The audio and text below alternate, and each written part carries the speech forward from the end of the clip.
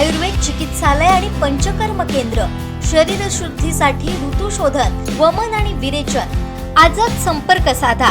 Doctor Yogesh Kodkar, MD, panchakarma, Ayurveda चिकित्सालय आणि पंचकर्म केंद्र, सिद्धिविनायक अपार्टमेंट, शिवाजीनगर, कुडाळ, सिंधुदुर्ग। संपर्क 9850 82 74 42 आणि 97 64 80 85 92। वेळ संध्याकाळी 3 ते 7 वाजेपर्यंत।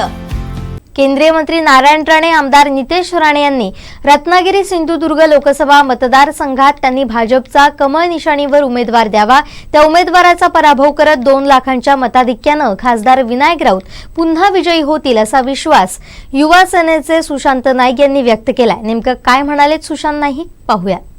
या मतदारसंघामध्ये 8 लाख मतं आहेत असं स्टेटमेंट नारायण राणे आणि नितेश राणे यांनी दिलेलं आहे। आणि खरोखरच जर 7 लाख मतं असतील तर आमचा या मतदारसंघावरती दावा आहे, म्हणजे बीजेपीचा कमळ चिन्हाचा उमेदवार या मतदारसंघामध्ये राहणार अशी प्रतिज्ञा त्यांनी केलेली आहे आणि त्या दृष्टीने ते काम चालू आहे। मी एवढंच सांगेन, मी बीजेपीमध्ये जर पत, मी चांगला शब्द वापरतो, लायकी पण शब्द वापरू शकलो असतो, पण ही पत तर चांगली असेल नारायण राणेंची आणि नितेश राणेंची, तर त्यांनी कमळ चिन्हाचा उमेदवार या मतदारसंघामध्ये द्यावा।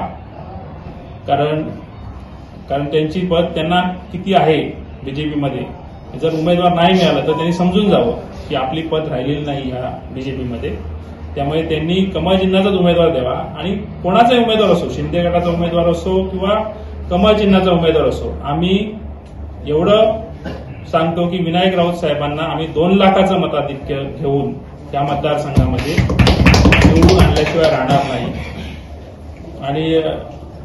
आणि कालच दुसरा एक मुद्दा आहे की कालच सीएम मशीनचं तत्परतेने या ठिकाणी प्रेस नोट पाठवली आमदार नितेश राणे। कारण हे खरं म्हणजे आमचं श्रेय होतं। आमची आंदोलनं जवळजवळ आम्ही या ठिकाणी कणकवली उपजिल्ह्यात 4-5 वेळा आंदोलनं केली आणि सीएम मशीनबद्दल आम्ही आवाज उठवला, त्यामुळे ती आज तिथे उपलब्ध झालेली आहे। खरं म्हणजे याचं क्रेडिट शिवसेनेच्या आंदोलनाला, युवा सेनेच्या आंदोलनाला जात आहे आणि त्याचं क्रेडिट कोणी घेऊ नये। जेवढी तत्परता तुम्ही प्रेस घेण्यामध्ये दाखवता तेवढीच तत्परता आणखीनही काही विषय आहेत त्याबद्दल दाखवावी अशी मी त्यांना सांगतो।